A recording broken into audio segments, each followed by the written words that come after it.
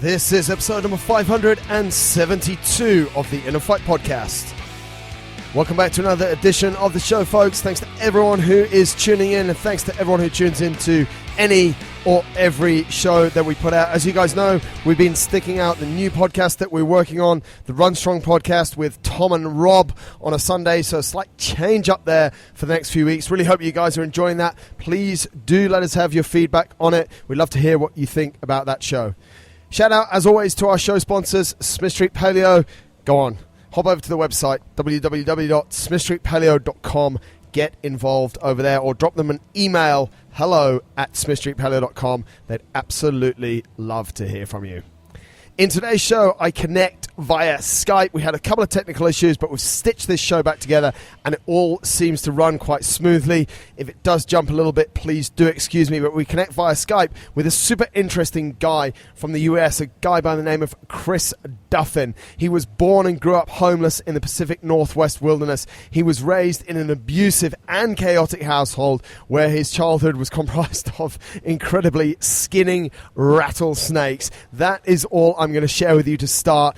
However, he does have one more thing that I want to share where he defines it, and that's the title of this show. Strength is your capacity to live the life you choose with force of will.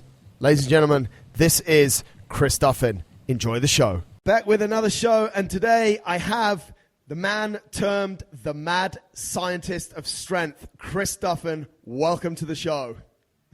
Thank you. It's really a pleasure to be on. Looking forward to talking. Mate, I have to kick it off. Where does that come from? Who called you the mad scientist of strength? What's the background? Give us your intro. Well, you know, I have been awarded an award for scientific innovation. Wow. For the product designs and stuff like that by the Oregon Institute of Technology, which was my alma mater for my undergraduate engineering degrees a long time ago. Right. But that was pretty cool. I'm like, hey, the mad scientist is, I guess I'm going to officially, you know, does that make me a scientist if I've got, you know, this little glass award saying... Well, mate, we'll maybe jump into that later on, whether trophies mean anything or not. But no, it was given to me just a number of years ago by a gentleman named Stan Efferding. Right. He's a pro bodybuilder and world record holding powerlifter. Does a lot of speaking now on nutrition and stuff like that. But I kind of have, you know, the things that I produce are very new, and like they haven't either principles around movement, the products that we bring to market, all these sorts of but they work. And at first people are like, what is that?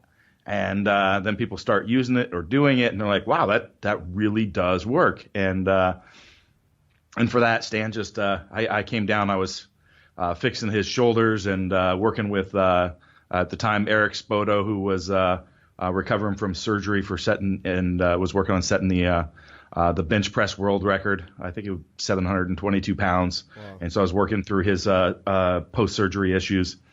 And he's like, yeah, this is Chris Duffin, the mad scientist. And I'm like, actually, I guess that's kind of fitting for what I do. So, and so it just stuck because any that follows the work that I do, it's pretty fitting. So yeah, absolutely, mate. Talk to us a little bit about the work that you do, and sort of obviously a lot of it's around strength. Folks can immediately hop over to your website, Kabuki Strength, but talk to us a little bit about what it is you do today, and then there's all sorts of different directions I want to go in here, but that's where I really want to kick it off. Yeah. So well, let me just underscore, give a little bit of background kind of before jumping in there. So my background outside of the physical fitness world is a little bit on the engineering side. Well, a lot. There's a lot more than just that, but about 20 years of running teams of engineers in the aerospace or automotive world, and eventually actually running the entire companies and doing turnarounds and stuff like that. But very, very technical, engineering focused work. Right. A lot of work on structures and metallurgy and at fairly advanced levels. Yep. And on the side, I did this all this time. I've been an athlete. I've been training since 1988, I believe. Right. So I've been in the strength game a little while. And I've set a number of all-time world records. I currently hold the Guinness World Record for the sumo deadlift. And so I owned a gym on the side over the course of that because I was, pursuing my own, goals. Yeah. And so what happened is, over the course of owning the gym, I started innovating and trying to be the best athlete, trying to network. And so I ended up starting to take a lot of courses that were basically clinical-based courses around developmental kinesiology and a lot of just really, again, because I'm a nerd. I'm a lifting nerd, and so I ended up developing a network, and a lot of them, if you go to the Kabuki Strength, you look at our advisory board, they're the world's lead biomechanist, one of the world's leading physical therapists, the person that brought a specific school of developmental kinesiology to the United States from Prague. Just a lot of really well-known, but more research and clinical-based figures. And so I started combining that with, my background and interest on the engineering side, and kind of the biomechanics and things like that kind of easily started transitioning into that. And I started developing, because I owned a gym, I started building that fit sorry, I'm getting a bunch of feedback there for a second.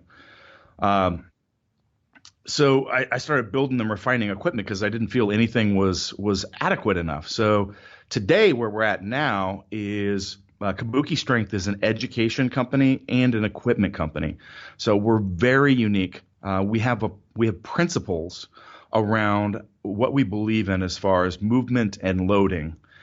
And so unlike other equipment companies that just make what they think that will sell on the market or copying other people, our stuff is built off of where we see gaps in the industry in like how people are moving and how we're able to get joints in position and how we're able to engage and recruit muscles.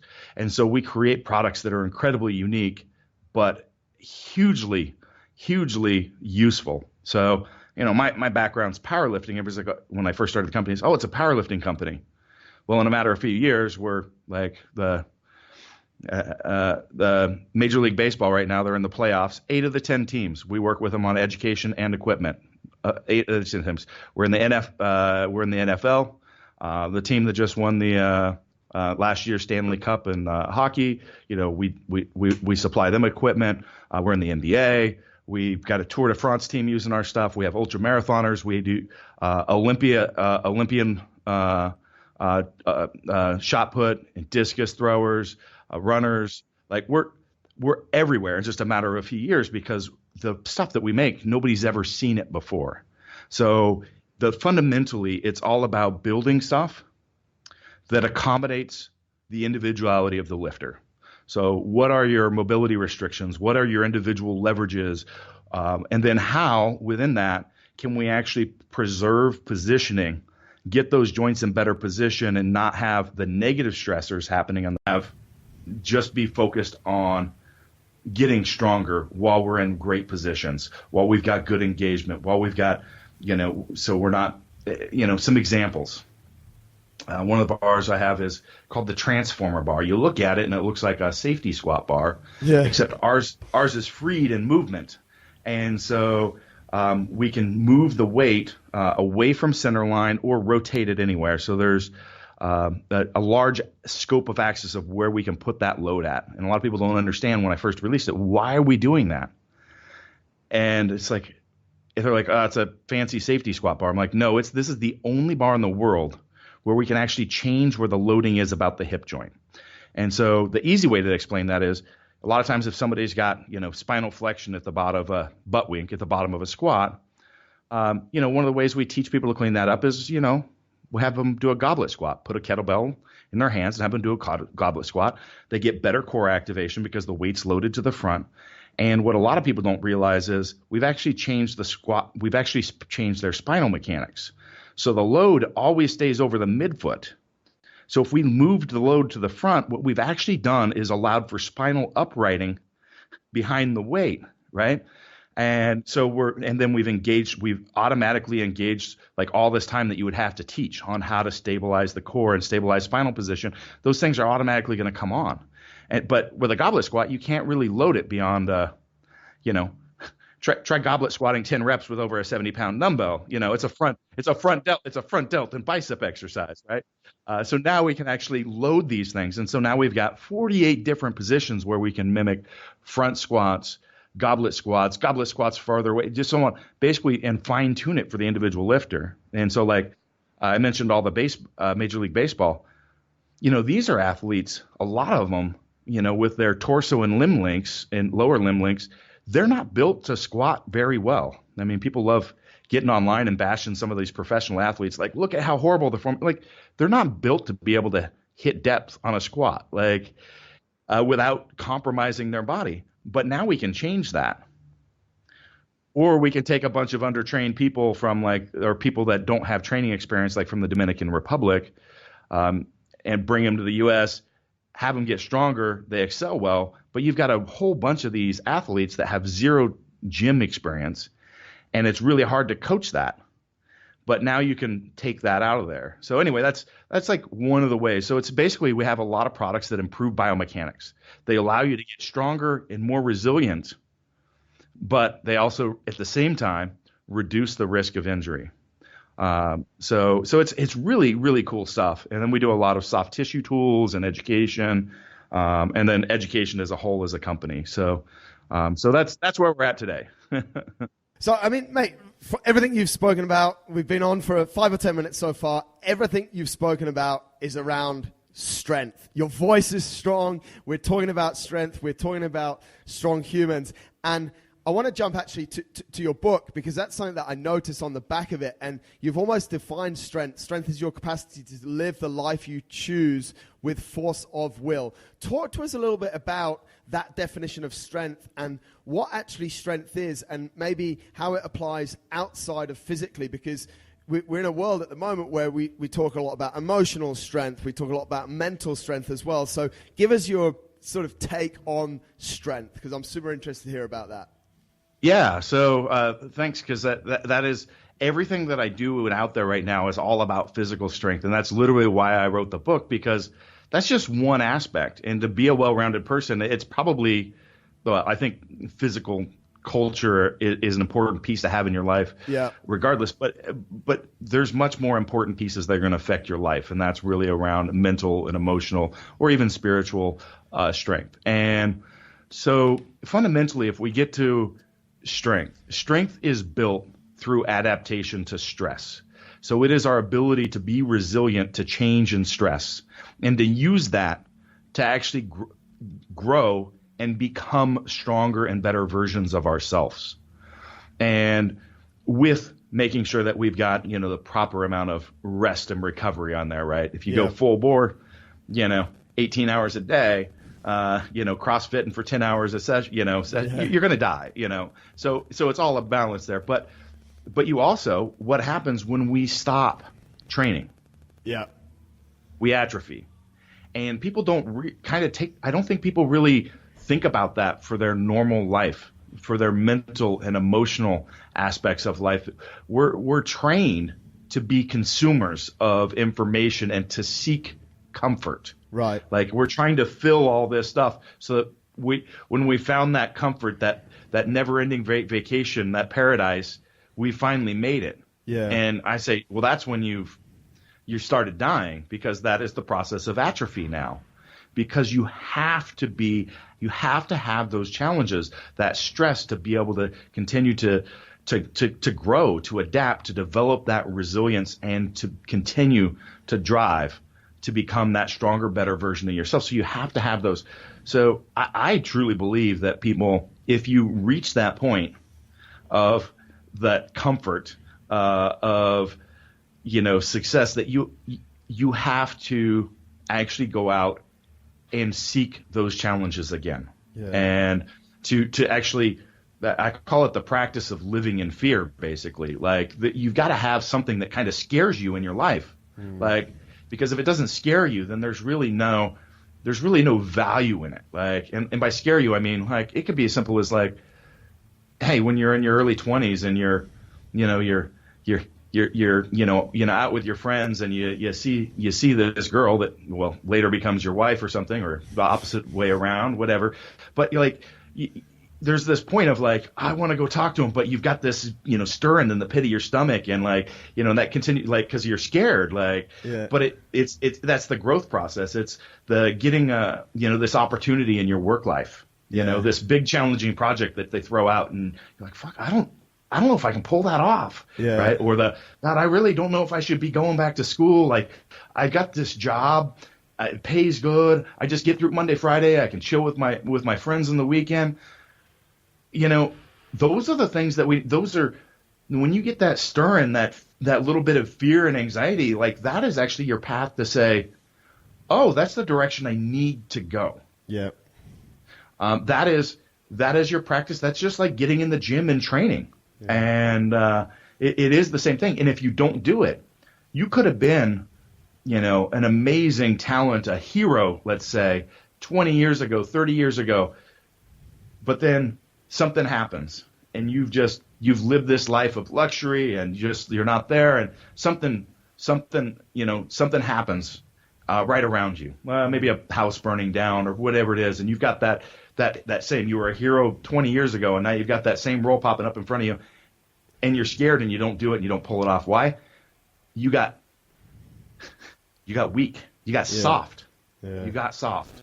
And that's what I mean. It's like, it's basically using stress to become resilient, to continue to push and adapt, to become a better version of yourself. And the only way you can do that is through treating it in the same manner that we treat our training. Yeah. So I mean, mate, I love what you're saying there. We want to try and give people some practical examples. When we want to build physical strength, we go and train. We go and, what we're talking about in the early part of the show there, we'll go to the gym, we'll adapt things, we'll do a goblet squat instead of a back squat with the barbell. We know pretty well how to build physical strength, and people will go to a trainer. When we talk about the two other pillars of strength, emotional strength, and then in turn as well, mental strength, what's your go-to? How do you personally, or how do you advise people to build strength emotionally or mentally? One of those ways is just looking for those cues. And I said that I call it the gut check. But when you literally get that feeling in your stomach that says, I'm afraid of this, and I don't want to have this conversation with this person because it's going to be difficult. I'll put it off. I'll do it next week. I'll do it. That means right now is the time to step up and do it. Right. And it. And there's the signal right in front of you. Yeah. That's a really valuable one. The other is to actually generate a plan of action, to know where you want to be, and creating I don't think a lot of people really, really do the deep dive into understanding truly what their values are in life. Yes. So just beating yourself up, just like going into a workout and training for no reason. Yeah. I'm gonna marathon train today. I'm gonna CrossFit train tomorrow. I'm gonna powerlift train, next week. It's not really very counterproductive, right? Yeah. Yeah. So you got to understand what are your values, and from there, and that's you've got to dive deeper on the things like, what do you want out of life? It's not just like the want, but why. Yeah. And keep asking those questions and getting deeper. Do you want the fancy house and the nice car? Why is that?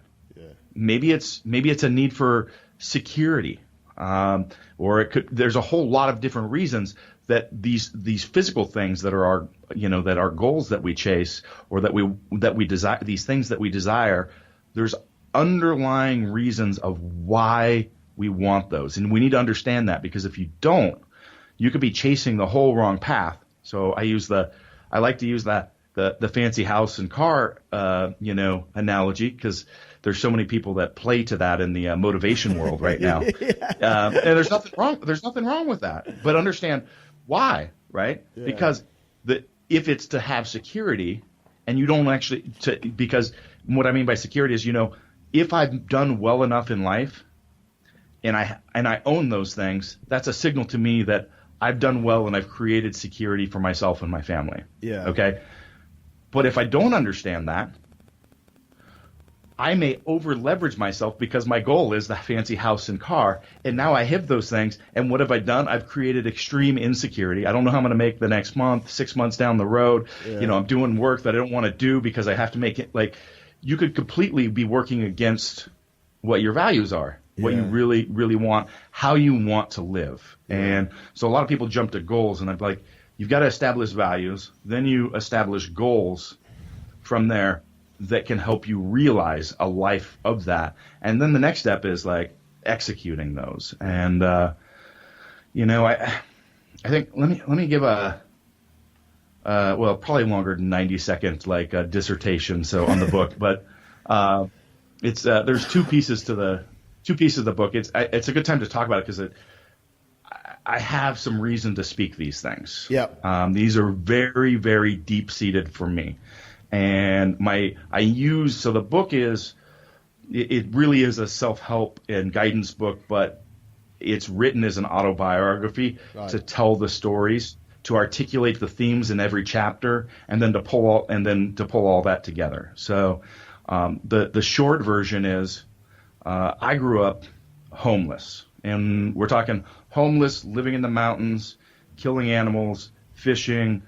I was taught to capture and handle live rattlesnakes at 6 years old, living with, beams strapped up in the trees so that the snakes couldn't get us at night, learning different types of mushrooms, what'll kill you, what won't.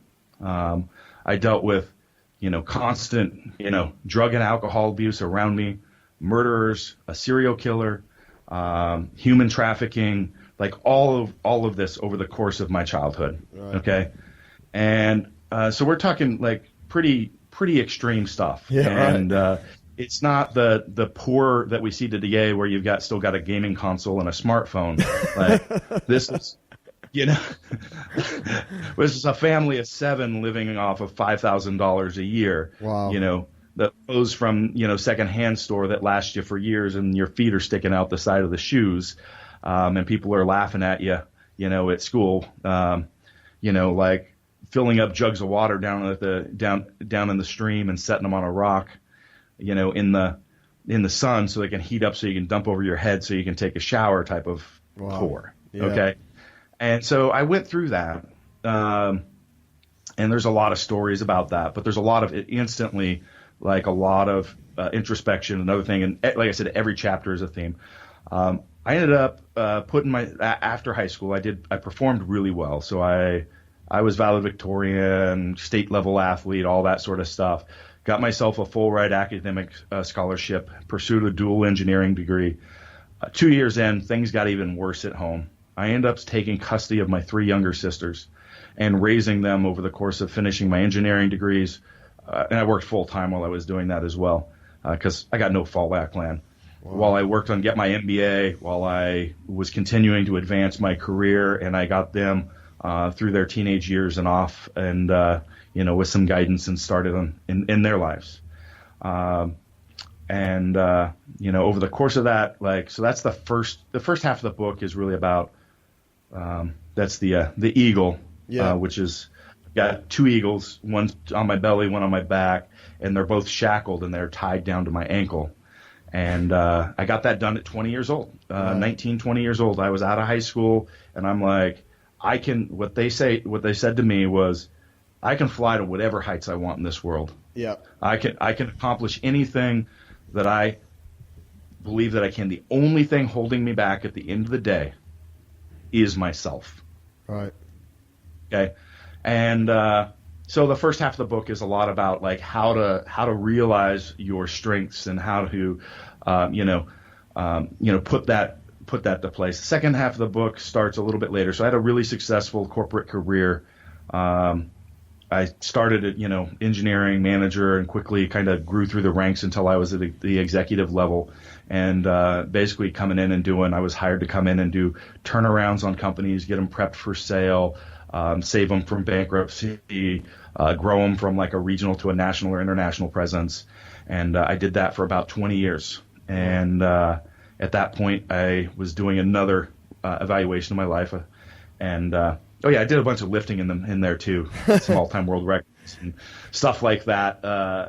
There's literally like 3 pages on lifting in the book. So,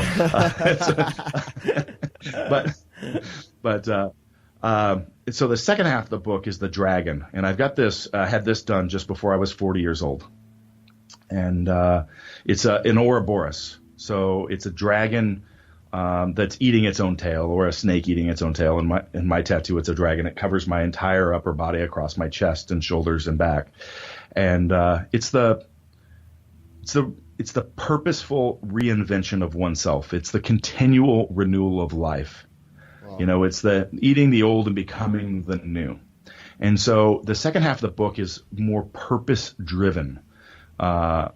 It's about deciding specifically, who do you want to become? How do you want to live? How do you want to contribute in the world? And becoming that person. Okay. And so this was right around the time that I walked away from my corporate career, made a lot of personal changes in my life, founded Kabuki Strength. Well, Kabuki Strength existed as the gym, but that was really not really a money-making business. It was a 9,000 square foot training facility. Developed a lot of athletes out of it, but it's not like this company that's having a big effect on strength and conditioning in the world today that Kabuki Strength is. But I'm like, I don't care about that past. This is what I want to do in the world. This is my calling, and my calling is to help people understand strength and understand what's broken in both the strength training world, so that strength doesn't become something strength training or the pursuit of strength doesn't become something that's breaking people down, holding them back, that it is the additive thing in life, that it's the thing that's helping people get out of pain and live a better quality of life.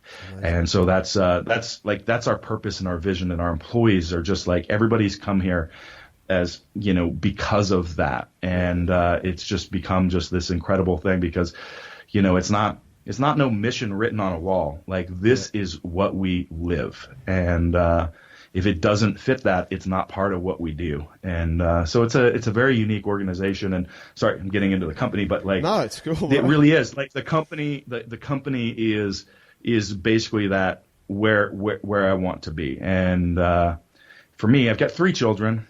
I did get divorced during the course of this reinvention and reevaluation of my life, and remarried. Congratulations. And with an amazing woman. But again, someone that really fits and understands that and is part of that. And we're working that together as our own mission.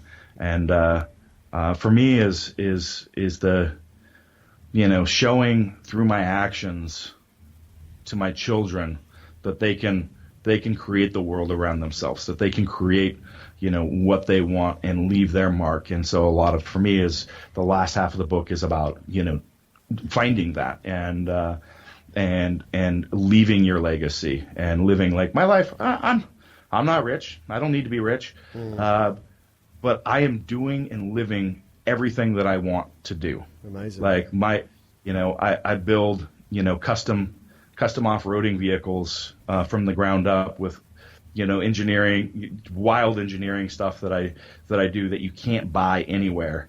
And that's back in the shop, and I've got a full machine shop that does our equipment. I can go back there and work that stuff, and I train and we educate and we everything. There is no work-life balance because work and life, they're all the same thing. Yeah. And that's the purposeful reinvention is this, what I described doesn't work for everyone else and probably a very small population, but for me, that's exactly how I want to live. And so the book has a lot of practical tools on basically getting there and using, the story is wild and entertaining. You're going to read it and go, holy crap, this should be this is like a crazy movie. This just doesn't, this stuff happens. Have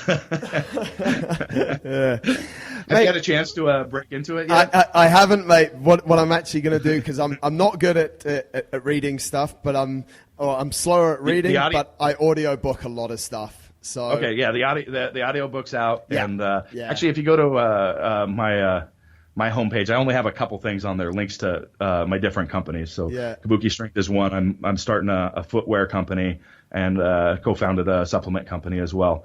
But there's links. There's a link to the audiobook, so you can get a free download if if you already have an account. It's just a credit or whatever, but I'll make sure to hook all that up in the show notes. So folks, if you do want it and how to get hold of Chris as well over on his website and stuff. One thing I want to jump into a little bit here, mate, is you've obviously, from what you've been saying for the last few minutes, you've had a tough past. You've had massive challenges.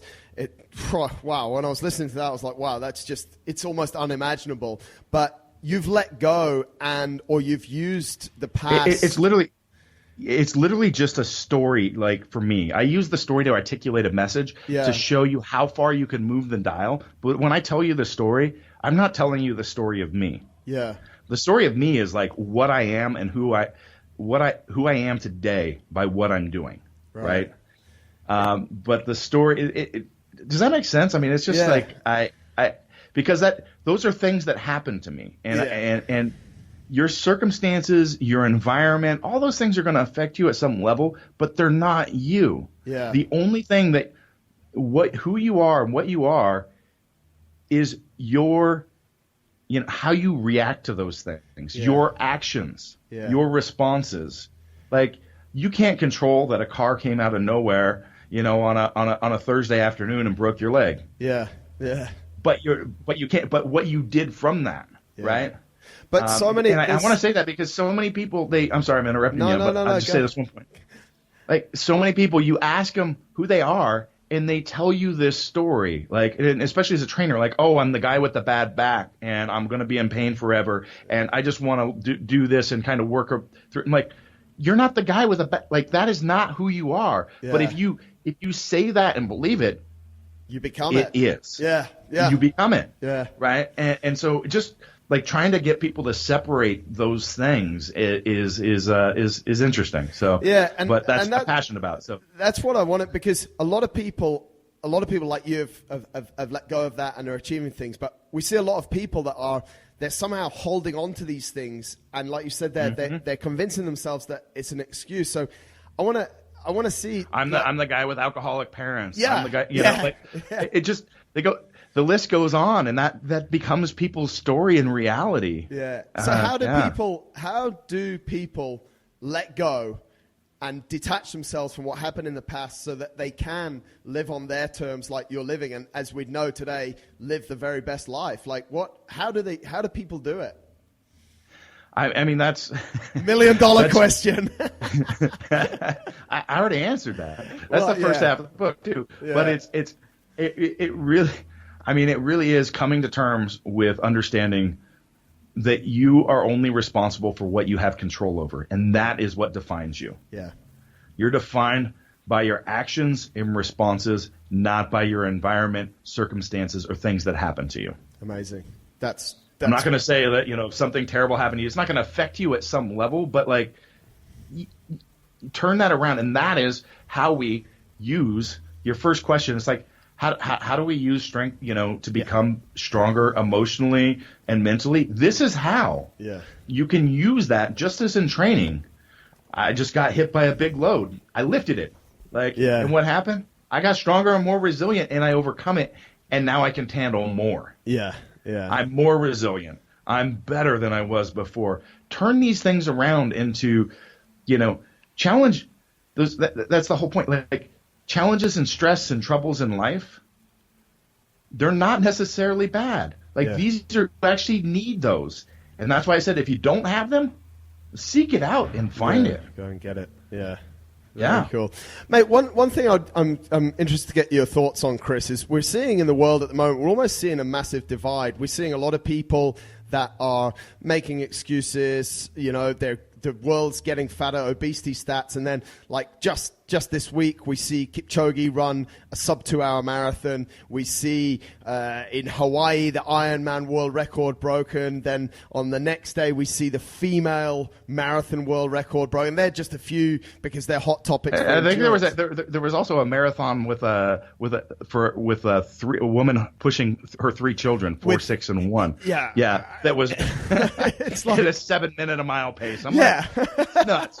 And there was momming that had to go on during the course of that too. Like, it's not like they just sitting there. They need snacks and drinks and all their stuff. I'm like, so that's just nuts. It's nuts, mate. So I want to sort of get your thoughts on we're almost split, right? We've got people doing incredible. Why are we getting such a big divide? It's really interesting because we see it in the politics as well, right? It's everything is we're becoming so decisive. I can't think of the word right now, but you're exactly right, and it's people are pushing so much on this victimhood status, yet then there's other people, because there's, I think, social media and awareness of things, of what's going on in the world, are finding things that motivate them and push them to do things that you would never see because they see other people doing these things, and it inspires them, push them. And I think it might just be a result of the entire visibility of what's going on in the world. So people that are inclined to, go with, victimhood versus and trying to find people that, to commiserate with that versus the people that want to find people that are doing amazing things and those stories and the motivation to do that. You couldn't do that. I mean, I'm thinking back to like 15 years ago. Yeah.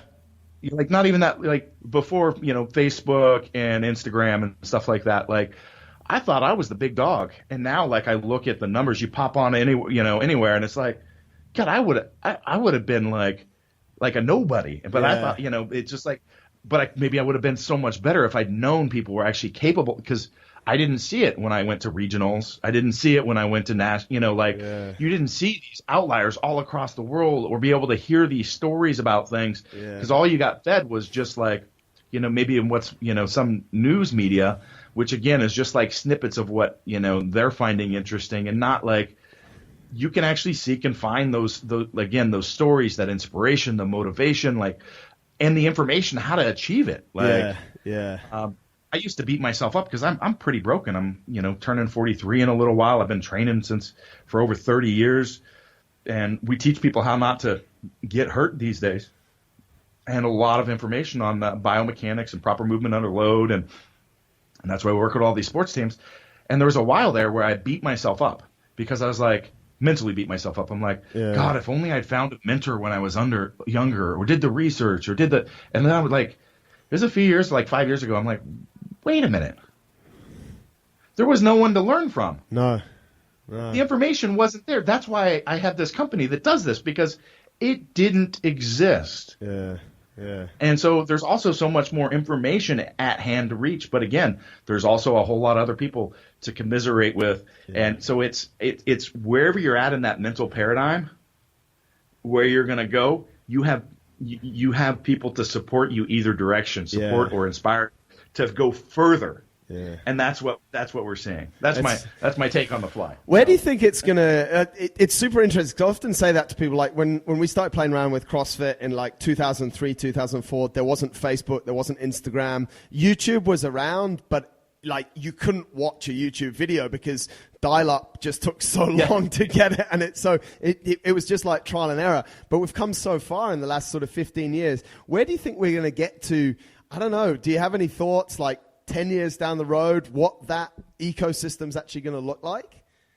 Man, that's just watching what people do right now is just so crazy. Yeah. Like, I mean, like you said, you're talking about the marathon runners, and I'm like, it wasn't but a few years ago, there was nobody that had ever deadlifted over 1,000 pounds. Yeah. Now there's 6 people. I'm one of them. Yeah. There was no one that squatted over 1,000 pounds without a suit on, Now there's like a bunch of them. There's a guy that just did it in knee sleeves, for a couple reps.